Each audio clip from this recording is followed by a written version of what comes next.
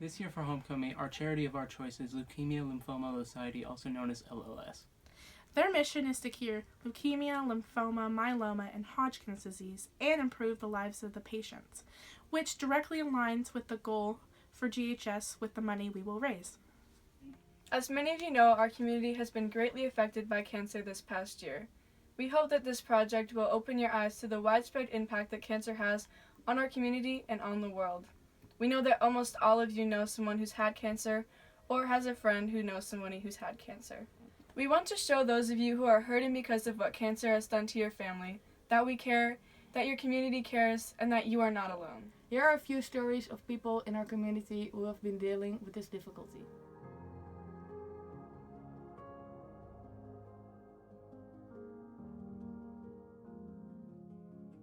Really hard question.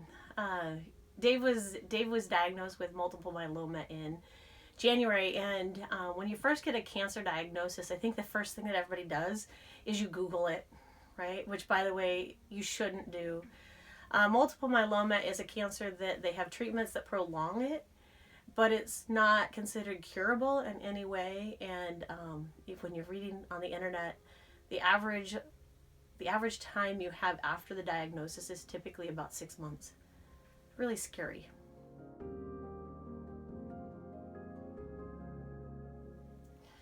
Remember to be positive. Don't read all the stuff on the internet. When you're reading it, you don't know how accurate it is as of today. And the more you start digging and looking for information that's more recent, it's so much more hopeful. There are so many new treatment options that are coming out every year, and amazing people working on those treatment options. And so really stay positive, focus on the things you can do, accept help when people offer it. It's hard to accept help sometimes, and just say, yes, I need help. Make me cry. Having to go and tell my 2 kids who are at college, that their dad was really sick, and that the treatment options are limited, and then have to drive away from them and leave them at college without being there to support them.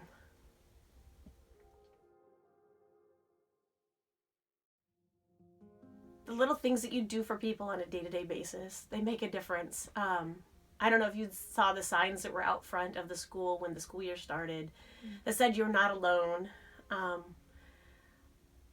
I know they're there for other reasons, but I have to tell you that it was a huge thing for me to see every day as I came to school. So that's one of the things, little acts of kindness that people do every day for you really do matter. They help me get through the day.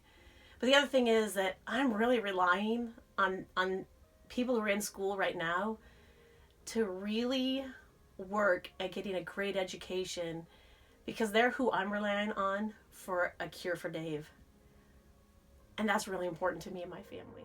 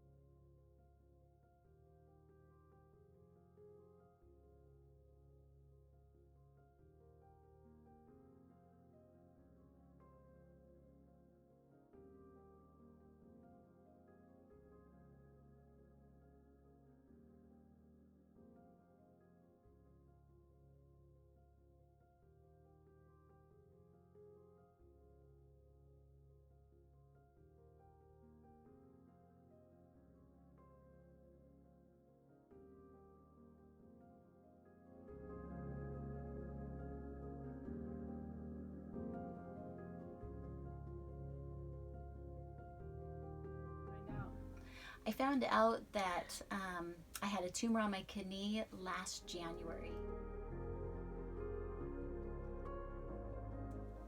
My advice would be to find ways to support them. They're going through a lot, and they may not necessarily know how you can help them if you were to ask them. One of the things that really brought a lot of positive and made me feel good was having so many family and friends and even peers here at school wear orange on my treatment days.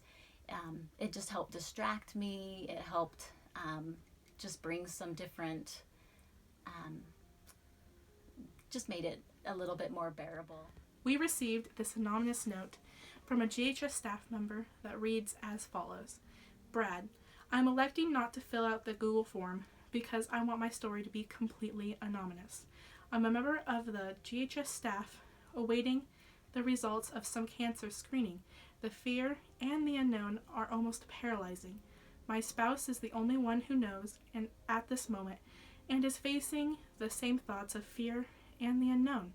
Not only do I worry about my own prognosis and treatment, but I also worry about my spouse, our parents, my siblings, and my kids.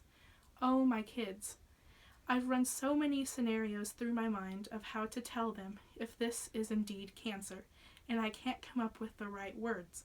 How paralyzed with fear will they be? My kids have had enough loss and grief in their young lives. How will I help them through this? My thoughts are with this person, and I wish you the best. Even in our small town of Gladstone, cancer affects us all. Look around you and see, even if you aren't specifically affected, there are so many people that are.